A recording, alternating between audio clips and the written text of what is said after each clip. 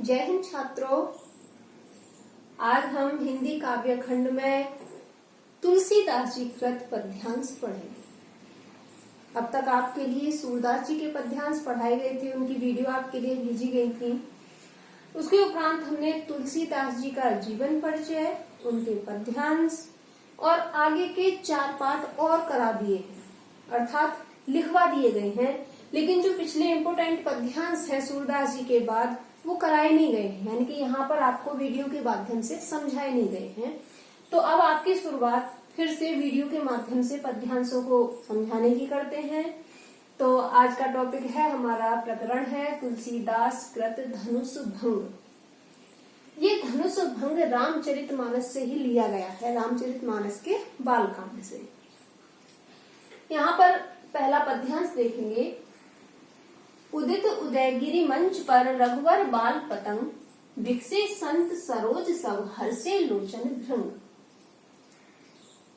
ये रामचरितमानस का दोहा है, धनुष भंग से लिया गया है। और इस पद्यांश में जब श्री रामचंद्र जी धनुष तोड़ने के लिए जाते हैं और वहां पर जब वो अपने मंच पर, यानी कि जो मंच राजाओं को बैठने के लिए बनाया गया है, और सभी राजा निराश हो जाते हैं, कोई भी धनुष को नहीं तोड़ पाता, तो विश्वामित्र जी आज्ञा देते हैं श्री रामचंद्र जी को धनुष तोड़ने की। और वो विश्वामित्र से आज्ञा लेकर जब अपने मंच से खड़े होते हैं, उनके अपने आसन से उस मंच से खड़े होते हैं जहां वो बैठे हुए थे, तो वो कैसे लग रहे हैं। उदित का अर्थ पहले थोड़ा थोड़ा समझ लेंगे। शब्दों का अर्थ उदित, उदय, उदयगिरि उदयाचल पर्वत, मंच यानी कि जहां पर वो बैठे हुए थे, रघुवर श्री रामचंद्र जी, बाल पतंग यानी कि बाल सूर्य, प्रातः काल उदित होने वाला सूर्य।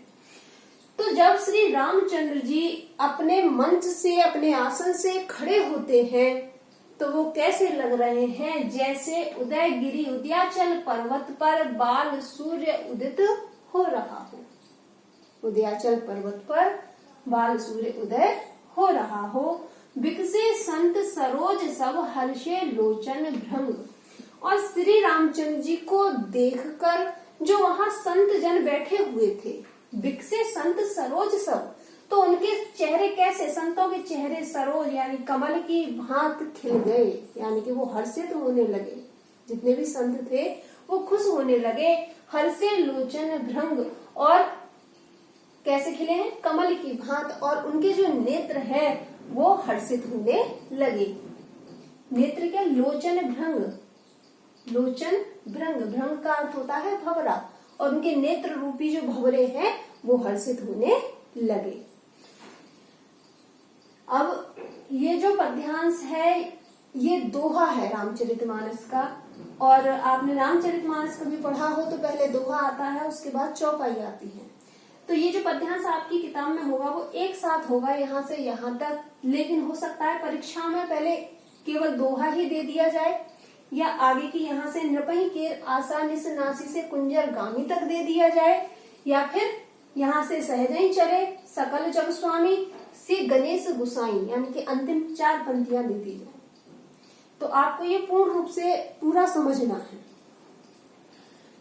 तो यहाँ बढ़ते हैं चौपाई की ओर। नृपहि केर आसा निश नासी। जब श्री रामचंद्र जी अपने मंच से खड़े होते हैं और धनुष तोड़ने के लिए बढ़ते हैं विश्वामित्र जी की आज्ञा लेकर, तो वो कैसे लग रहे हैं। नृपहि केर आसा निश नासी, तो वहां उन्हें देखकर जो राजा वहां आए थे एकत्रित होकर धनुष तोड़ने के लिए, उनकी आशा रूपी रात्रि समाप्त हो गई। यानी कि उनकी जो आशाएं थी कि हम धनुष को तोड़ेंगे और सीता जी से हमारा विवाह होगा, उस आशा का अंत हो गया। बचन नखत अवलीन प्रकाशी, और उनके वचन रूपी तारों का जो समूह था वो भी नष्ट हो गया, यानी कि उनके मुख से अब कोई वचन नहीं निकल रहा। मानी महिप कुमुद सकुचानी। मानी महिप का अर्थ भी राजा होता है, मानी यानी कि अभिमानी। जो अभिमानी राजा था वो कुमुद यानी कमल की जो बंद पंखुड़ियां होती है ना, कुमुद बोलते हैं, वो कुमुद की भांति श्री राम को देखकर सकुचाने लगे, कपटी भूप अलूक लुकाने। और जो कपटी राजा थे, भूप का अर्थ भी राजा होता है, और जो कपटी राजा थे वो उल्लुओं की भांति छुपने लगे। भय विशोक कोक मुनि देवा। और जितने भी संत वहां बैठे हुए थे, मुनि देवा, मुनि जन यानी कि संत जन जो भी बैठे हुए थे, यहाँ कोक का अर्थ होता है चकवा चकवी। जैसे चकवा और चकवी रात्रि में कहते हैं, चकवा चकवी आपस में बिछुड़ जाते हैं और वो रात्रि उनकी अत्यधिक दुख भरी होती है, लेकिन वो सुबह को जब वो मिलते हैं यानी दिन निकलते ही वो आपस में मिल जाते हैं तो अत्यधिक हर्षित होते हैं। उसी प्रकार भय विशोक कोक मुनि देवा, जो चकवा चकवी रूपी यहाँ मुनि जन है, जो संत जन है, वो हर्षित होने लगे। यानी कि ऐसे हर्षित होने लगे जिस प्रकार चकवा चकवी की विरह की रात्रि समाप्त होकर वो सुबह को जब मिलते हैं तब हर्षित होते हैं, उसी प्रकार यहाँ पर संत जन श्री रामचंद्र जी को देखकर खुश होने लगे। बरसहि सुमन जनावहि सेवा। सुमन का अर्थ सभी जानते होंगे, पुष्प। और जो जन है यानी कि वहां बैठे हुए जो लोग हैं, जो जन हैं, जो वहां के वासी हैं, वो श्री रामचंद्र जी को देखकर पुष्पों की वर्षा करने लगते हैं। गुरु पद बंद सहित अनुरागा, राम मुनि ने जन सन आयुष मांगा। श्री रामचंद्र जी ने गुरु पद यानी कि अपने गुरु, कौन है इनके गुरु, इनके साथ वो वहां है विश्वामित्र जी। जब वो विश्वामित्र जी से आशीर्वाद लेते हैं प्रेम के साथ, श्री रामचंद्र जी गुरु पद बंद सहित अनुरागा, अनुराग प्रेम के साथ श्री रामचंद्र जी गुरु विश्वामित्र से आशीर्वाद लेते हैं। राम मुनि ने सन आयुष मांगा, और वहां पर जितने भी साधु संत बैठे हुए थे उन सभी को प्रणाम करके सभी से आशीर्वाद प्राप्त करते हैं। सहज ही चले सकल जग स्वामी। सहज स्वभाव वाले, सहज स्वभाव वाले सकल यानी कि पूरे संसार के स्वामी, इस जग के स्वामी कौन, श्री रामचंद्र जी। सहज भाव से ही श्री रामचंद्र जी आगे की ओर बढ़ते हैं और कैसे लग रहे हैं, मंज बर कुंजर गामी, यानी कि सहज स्वभाव वाले श्री रामचंद्र जी एक मत वाले हाथी की भांति, कुंजर यानी कि मत वाले हाथी की हाथी की भांति वो आगे की ओर बढ़ते हैं, जहाँ धनुष रखा था उस ओर बढ़ते हैं। चलत राम सब पुर नर नारी। जैसे ही श्री रामचंद्र जी धनुष की ओर बढ़ते हैं तो वहां पर यानी कि जनकपुर के जितने भी वासी हैं, पुर नर नारी, जो लोग वहां बैठे हुए थे, जो नर नारियां, जो स्त्री पुरुष वहां बैठे हैं, पुलक पूरे तन भय सुखारी। श्री रामचंद्र जी को देखकर उनका जो शरीर है वो अत्यधिक रोमांचित होने लगता है, यानी कि उनकी सुंदरता को देखकर, उनकी कोमलता को देखकर वो अपने तन की सुध बुध भूल जाते हैं और उनका शरीर रोमांच से भर जाता है। वो अत्यधिक यहाँ भय सुखारी यानी कि अत्यधिक सुख का भी अनुभव करते हैं। बंदी पितर सुर सुकृत संभारे, जो कछ पुण्य प्रभाव हमारे। वो पुलकित होते हैं, रोमांचित होते हैं और फिर वो क्या कह रहे हैं, यानी कि मन ही मन वो क्या सोच रहे हैं।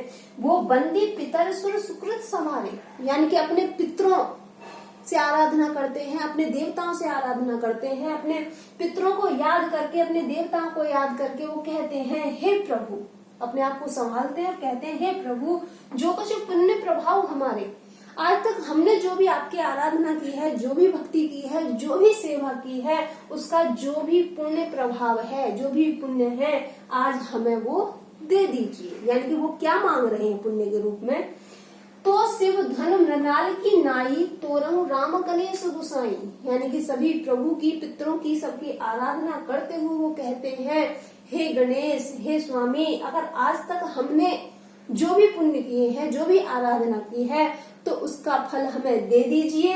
और इस धनुष को यानी क्या मांग रहे हैं बदले में, तो शिव धनु मृणाल की नाई, तोरई राम गणेश गुसाई।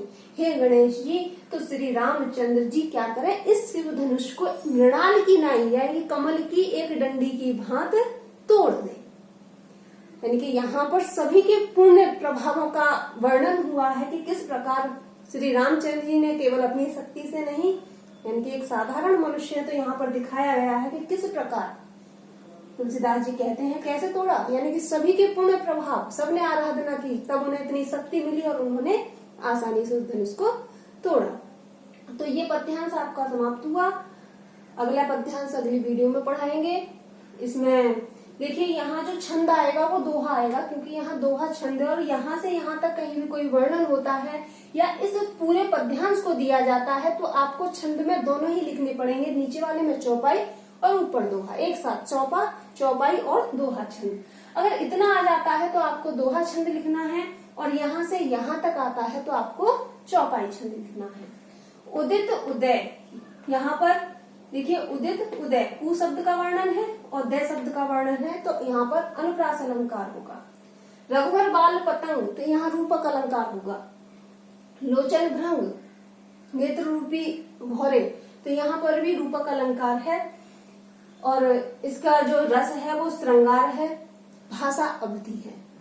और बाकी पद्यांश आपको लिखवा दिए गए हैं, इसे आप वीडियो के माध्यम से याद करें, तैयार करें। धन्यवाद।